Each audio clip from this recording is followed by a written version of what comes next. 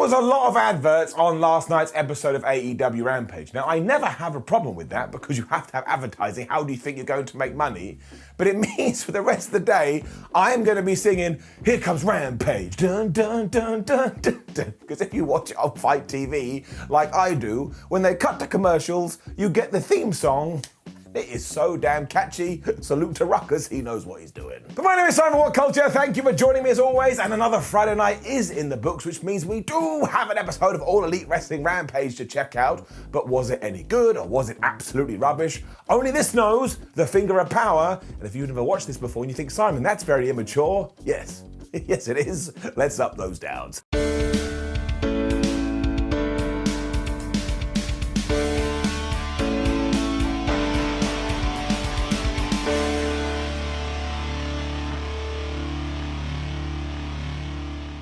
First match in our world title eliminator started off AEW Rampage this week, and ever since the brackets were released, some people are like, man, I don't like it. I don't like the people in it, but it's different and it's fresh like bread. I ain't ever gonna get mad at that. It was also Orange Cassidy versus Powerhouse Hobbs, and you can go through the entire AEW roster and you're not gonna find two folk who are more different than these.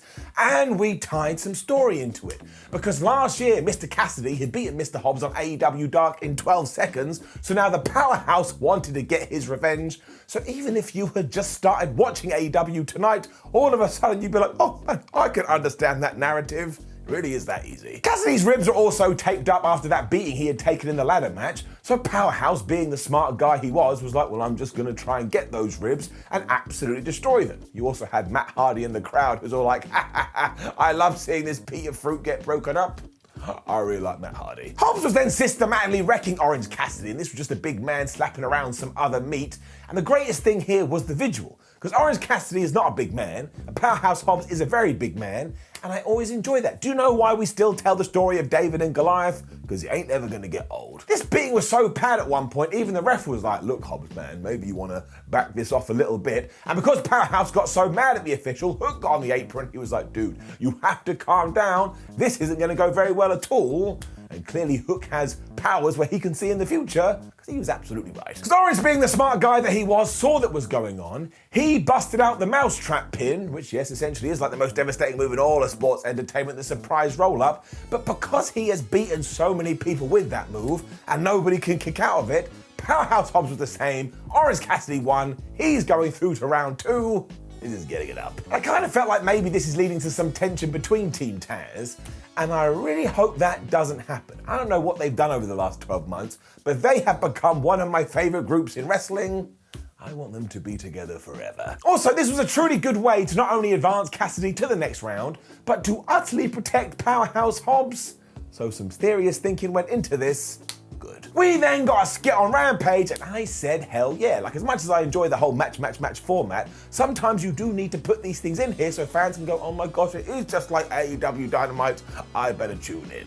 Up. And it was Tony Schiavone chatting to Penta and Alex Abrahantes, and poor old Penta had suffered PTSD ever since he lost the AAA Tag Team titles, because when he was walking out here, he saw two guys in the crowd wearing green masks, and he was like, oh my gosh, it's FTR, you're not going to get me again. So he kind of went to beat him up before he realized, oh yeah, it's just a couple of guys. So he is absolutely going to get sued, and worse still, FTR and Tully Blanchard were watching from afar, and as soon as they noticed Penta was distracted, they ran in there and they beat him up. We're also told the reason Phoenix wasn't here is because he got injured in their match last week, and FTR not only picked up their AAA tag team titles, but they also picked up their AEW tag team titles, so you have to believe we're probably going to do this again at the pay-per-view. And eventually Pac ran out and he was like, damn it, you absolute pieces of crap, what have you done? This was very, very simple, but very, very effective. Britt Baker then beat Anna Jay, and this was good stuff.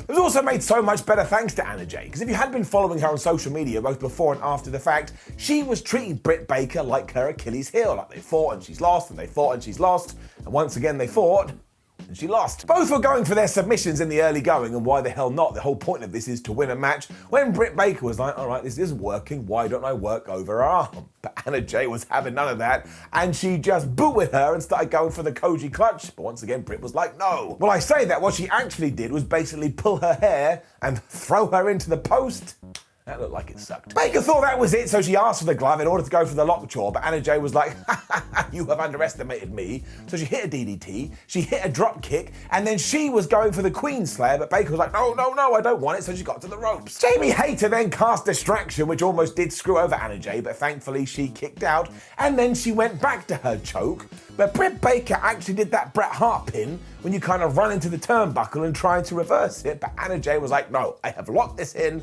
and I will never undo it, I must win. What did work, however, was taking Anna Jay's neck and like cracking it against the ropes. And I don't know why that looked so horrible, but it really did. And given that she didn't have a throat anymore, Britt Baker did apply the lockjaw. Poor Anna Jay had to tap out.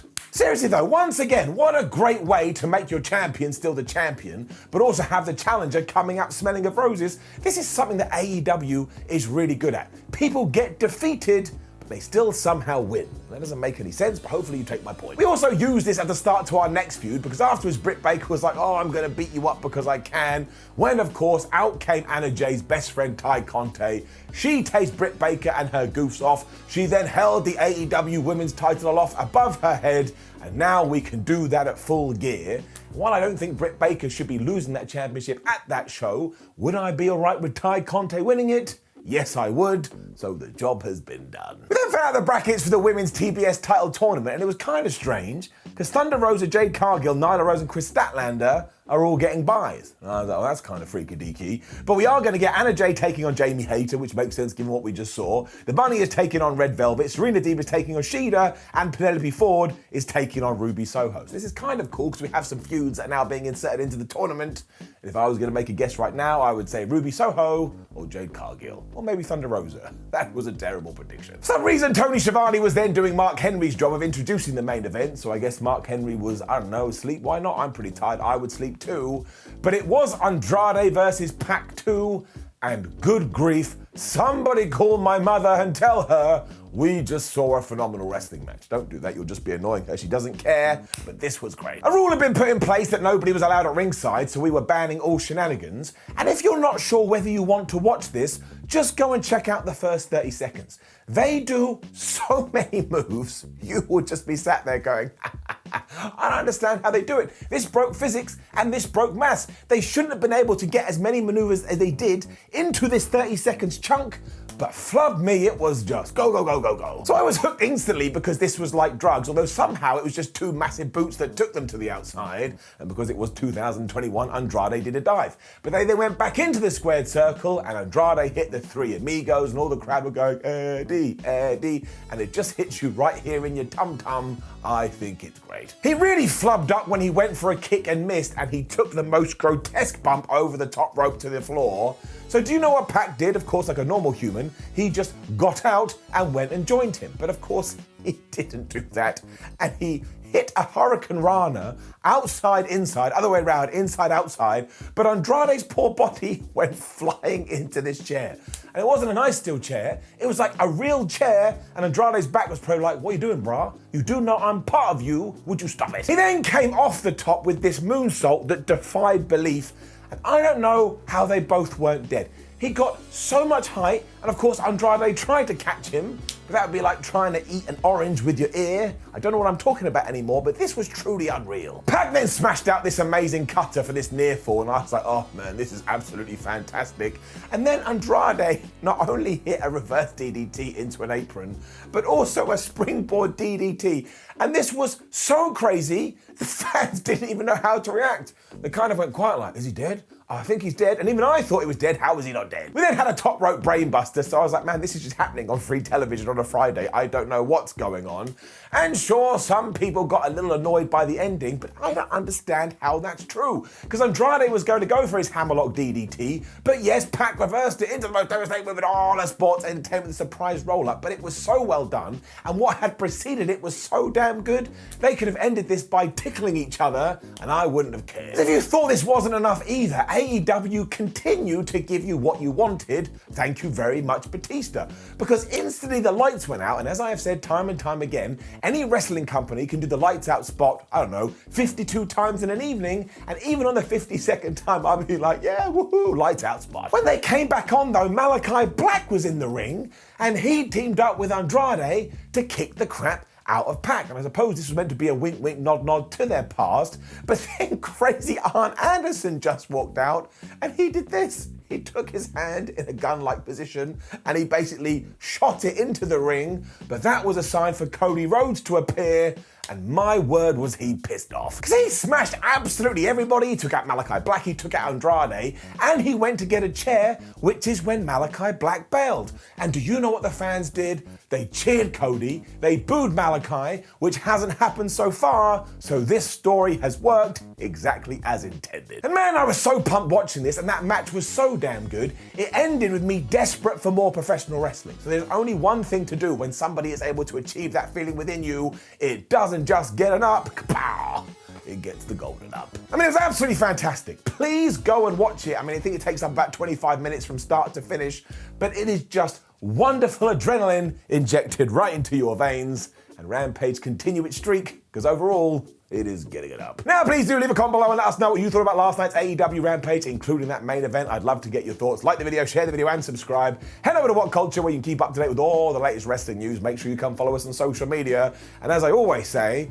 I watch a lot of wrestling, so if you don't want to watch it, I will do it for you. My name is Simon from WhatCulture. Thank you for joining me as always. We will be back tomorrow morning with both Bound for Glory and Dynamite.